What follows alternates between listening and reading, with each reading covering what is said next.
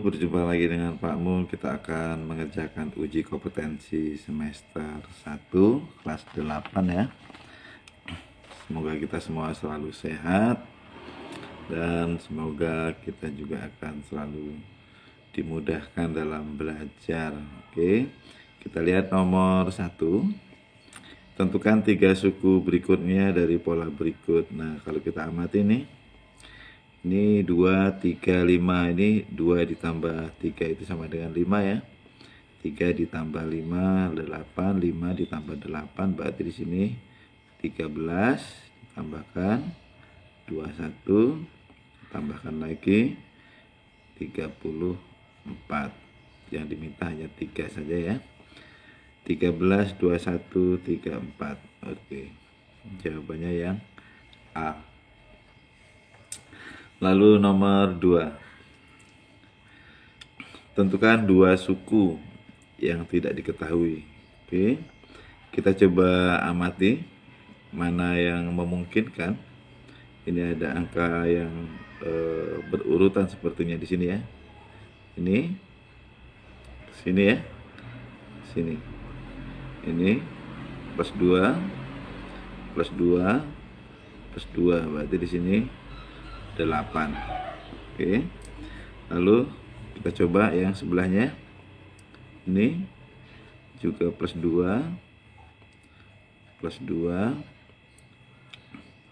plus 2. 3 ditambah 2. Ya. Oke.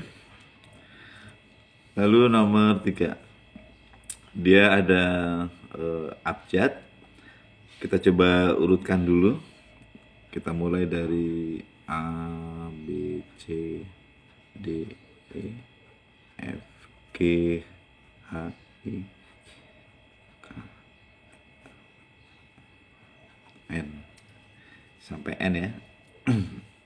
Ini 1, 2, 3, 4, 6, 7, 8, 9, 10, 11, 12, 13, 14. Lalu kita akan coba untuk menggerakkan angka-angka ini, di mana patokannya adalah ini. Nanti kita tulis dulu sini lagi nih. A, B, D, titik-titik, G, J, J, N, M. Ini soal yang sebetulnya sulit ya. Karena kita harus mencoba mengira-ira angka-angka ini yang dihubungkan dengan abjad menjadi tepat dengan apa yang diinginkan ya. Kita coba bergerak karena di sini ada AD begitu ya. Atau kalau langsung AB kan hanya satu, tapi kan berselang dia. AB lalu D, berarti kan tidak sama. Kita coba ke AD. Ini plus 3. Kemudian ini DG, ini plus 3 plus 3, lalu ini juga plus 3 sampai ke M ya. Nah, kemudian kita akan bergerak ke B. Lalu kita coba di B, nanti akan bergeser ke arah melengkah ya.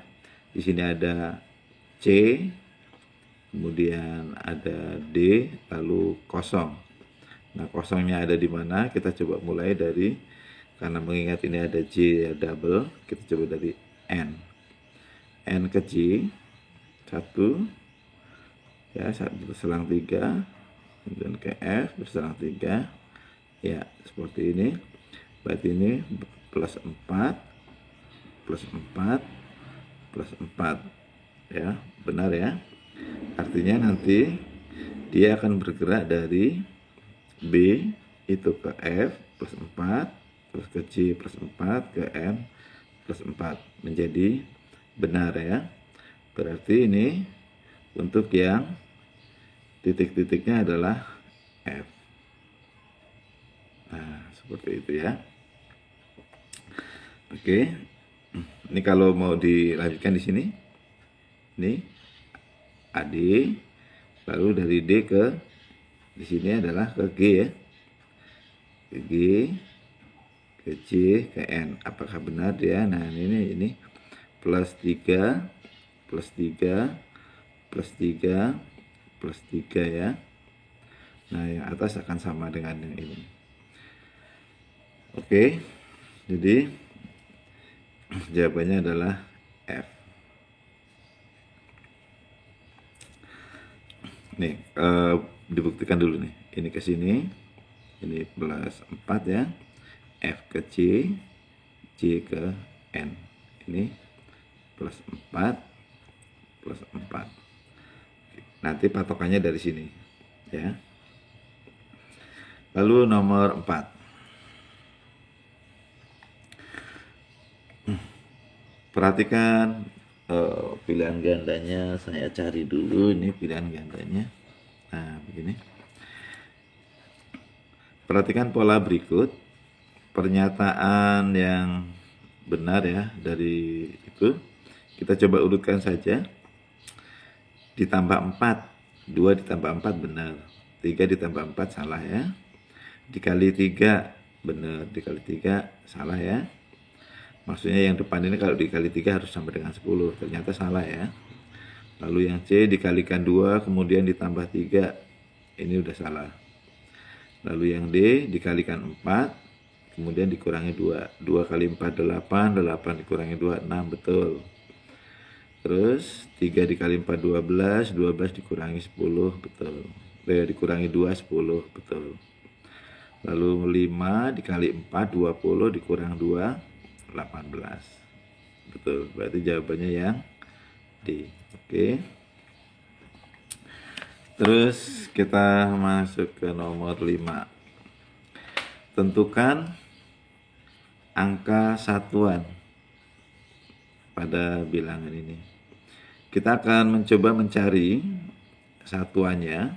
Ini satuannya adalah 7. Pangkat 1 satuannya 7.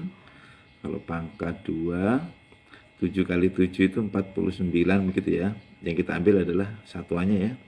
7 pangkat 3, 7 pangkat 4, 7 pangkat 5. Kita coba nanti sampai dia kembali ke awal. Ini 7 kali 9, 3 ya. 3 kali 7 belakangnya 1. 1 kali 7, 7 ya. Ini sudah kembali ya. Sudah kembali berarti kita hanya berhenti sampai di sini. Ini ada 4 ya. 4 berarti kita akan membagi berapa pangkatnya? 2016.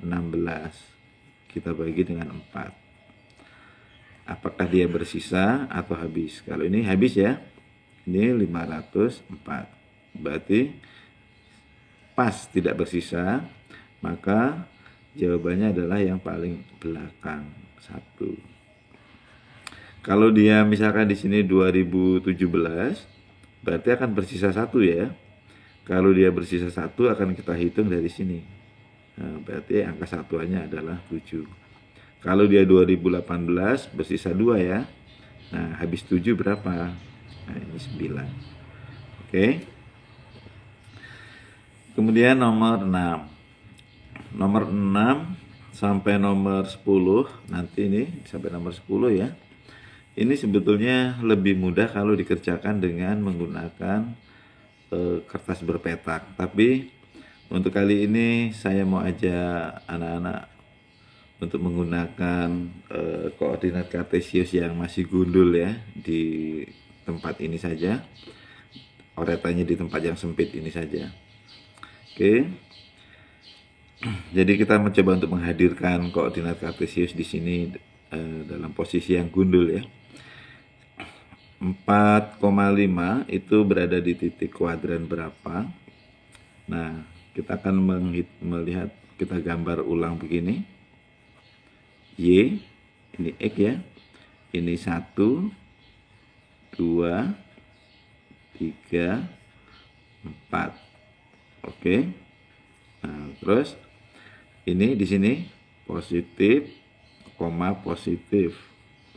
Lalu di sini ya, ini negatif, koma positif ya. Ini negatif, koma negatif. Yang ini positif, negatif. Kita lihat ini negatif, positif. Berarti dia ada di kuadran yang kedua. Oke. Nah, seperti itu. Terus nomor 7. R 4,A dan titik R berjarak 4 dari sumbu Y. Kita coba gambarkan saja di sini dulu. Nah, ini yang Pak Mul maksudkan masih dalam bentuk gundul. Artinya kita berlogika di sini ya. 4,A ini maksudnya di sini adalah X, Y ya. 4-nya sebagai X. Lalu nih R berjarak 4 satuan dari sumbu Y ya, 4 satuan dari sumbu Y dan berjarak 3 satuan dari sumbu X serta berada di bawah sumbu X. Berarti dia ada di bawah sini ya. Ini kita garis ke sana. Ini 3 ya. Berjarak 3 satuan dari sumbu X ada di bawah ya. Terus kemudian ini berjarak 4 satuan dari sumbu Y, berarti dia akan ke sana. Ini 4 begini. Oke, maka titik A nya adalah ada di sini A nya. Ini negatif ya, berarti dia 4,-3. Lalu nilai A ya, nilai A nya adalah, oh ini bukan titik, nilai A. Oke. Nilai A nya negatif 3. Kemudian nomor 8. Diketahui garis L terhadap tegak lurus terhadap sumbu X. Kita coba gambar di sini. Gambar X kemudian Y. L tegak lurus dengan sumbu X, tidak tahu di mana tempatnya. Titik A berjarak 4 satuan dari garis L dan berjarak 3 satuan dari sumbu X serta berada di kuadran 1. Berarti ada di sini ya. Kalau dia 3 satuan dari sumbu X, maka kita garis boleh seperti ini. Ini untuk Y sama dengan 3 ya. Terus kemudian berjarak 4 satuan dari L ya. Ini kalau kita boleh titik seperti ini koma, begitu. Y-nya sudah pasti 3. Oke, Y-nya sudah pasti 3. Lalu L-nya kita tidak pernah tahu L-nya ada di mana. Ya. Jadi kita coba lihat pilihan gandanya. Yang memungkinkan punya jawaban adalah C dan D. Ini benar. Ini benar. Mengapa? Karena kita tidak tahu L itu ada di mana. Yang pasti dia nilai Y-nya itu 3. Nah, artinya kalau kita menjawab yang C 6,3, katakanlah di sini 6, begitu. 6,3 berarti L-nya itu ada di sini, X sama dengan 2. Artinya dari 2 ini ke 6 itu berjarak 4. Oke. Lalu kalau kita menjawab yang D itu 5,3, berarti L-nya di sini. Ya, ini L yang memungkinkan, ini L ya. Ini untuk X-nya sama dengan 1. Jadi dari 1 ke 5 itu berjarak 4. Nah, begitu ya. Karena L-nya tidak jelas ada di mana, maka kita boleh menjawab C dan D. Oke. Lalu nomor 9. Diketahui titik PQR dan titik S berada dihubungkan membentuk persegi. Ya, kita coba lihat sini. Itu Y, X. P 2,1 positif ya. 2 begitu kita kasih 1. Ini berarti P ada di sini. P 2,1. Lalu Q 2,-4. Ini 1 ya. Ini -4. Oke. Ini Q 2,-4. Kemudian R 7,-4. 7 ya. 7 ini R 7,-4. Oke. Lalu S, karena dia persegi ya, berarti dia kan seperti ini. Oke. S-nya itu ini ada dalam satu garis ya, berarti ini sudah pasti koma 1. Lalu ini garisnya X-nya adalah 7,1. Nah, begitu. Nomor 10.